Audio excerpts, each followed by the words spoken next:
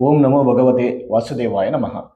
ನೋಡಿ, ನಿಮ್ಮ ಜಾತಕದಲ್ಲಿ ಅಡಗಿರುವ ಆ ಬ್ರಹ್ಮಾಸ್ತ್ರ ಯಾವುದು, ಅದನ್ನ ಬಳಸಲು ನೀವು ಮಾಡಬೇಕಾದಂತ ಆ ಒಂದು ಸಣ್ಣ ಬದಲಾವಣೆ ಏನು, ಮತ್ತೆ ಶನಿಯು ಅರ್ಧಾಷ್ಟಮ ಸ್ಥಿತಿ ನಿಮಗೆ ಶಾಪವೋ ಅಥವಾ ವರದಾನವೋ, ಈ 2026ರಲ್ಲಿ ನಿಮ್ಮ ಅದೃಷ್ಟದ ಬಾಗಿಲು ತೆರೆಯುವುದು ಯಾವಾಗ, ಇದರ ಸಂಪೂರ್ಣವಾದ ಮಾಹಿತಿಗಾಗಿ ವಿಡಿಯೋ ಕೊನೆವರೆಗೂ ನೋಡಿ.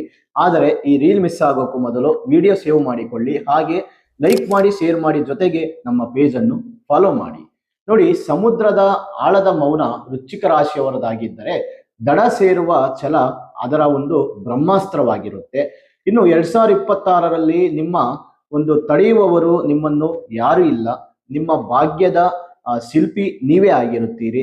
ಮತ್ತೆ ವೃಶ್ಚಿಕ ರಾಶಿಯವರಿಗೆ ನಿಮ್ಮ ರಾಶ್ಯಾಧಿಪತಿ ಆಗಿರುವಂತ ಕುಜನು ಆಗಿರುವುದರಿಂದ ನಿಮ್ಮಲ್ಲಿ ಸಾಹಸ ಮತ್ತು ಛಲ ಇವೆರಡೂ ಕೂಡ ಇರುತ್ತೆ. ಆದರೆ 2026ರಲ್ಲಿ ಶನಿಯು ಮೀನರಾಶಿಯಲ್ಲಿ ಸಂಚಾರವನ್ನು ಮಾಡುವುದರಿಂದ ನಿಮಗೆ ಅರ್ಧಾಷ್ಟಮ ಶನಿಯ ಪ್ರಭಾವ ಇರುತ್ತದೆ. ಇದು ಕೇಳಲು ಭಯಾನಕವಾಗಿದ್ದರೂ ಕೂಡ ಸರಿಯಾದ ಬದಲಾವಣೆ ಮಾಡಿಕೊಂಡರೆ ನಿಮಗೆ ಯಶಸ್ಸಿನ ದಾರಿಯಾಗಲಿದೆ. ಇನ್ನು ನೀವು ವಿಜೇತರಾಗಲು ಮಾಡಬೇಕಾದಂತ ಆ ಒಂದು ಬದಲಾವಣೆ ನಿಮ್ಮ ಮಾತು ಮತ್ತು ಮೌನ, ಇವೆರಡು ನಿಮಗೆ ಒಂದಿಷ್ಟು ಜೀವನದಲ್ಲಿ ಬ್ರಹ್ಮಾಸ್ತ್ರವಾಗಿರುತ್ತೆ.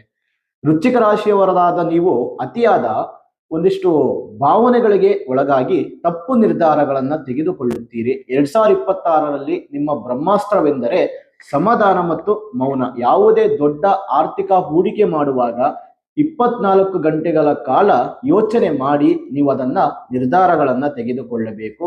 ಇನ್ನು ಪ್ರತಿ ಮಂಗಳವಾರ ನೀವು ಹನುಮಾನ್ ಚಾಲೀಸ್ ಜಪ ಮಾಡಿ ನಿಮ್ಮನ್ನು ಎಲ್ಲ ನೆಗೆಟಿವ್ ಶಕ್ತಿಗಳಿಂದ ರಕ್ಷಣೆಯನ್ನ ಮಾಡುತ್ತದೆ.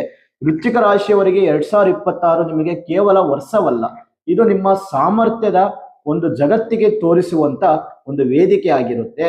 ಈ ಒಂದು ಸಣ್ಣ ಬದಲಾವಣೆಯಿಂದ ಸಮಾಧಾನದಿಂದ ನಿರ್ಧಾರ ತೆಗೆದುಕೊಳ್ಳುವ ಗುಣವನ್ನ ಅಳವಡಿಸಿಕೊಳ್ಳಿ. ಯಶಸ್ಸು ನಿಮ್ಮ ಪಾದದಡಿಯಲ್ಲಿ ಇರುತ್ತದೆ. ಸದಾ ಗೆಲುವು ನಿಮ್ಮದಾಗಲಿ.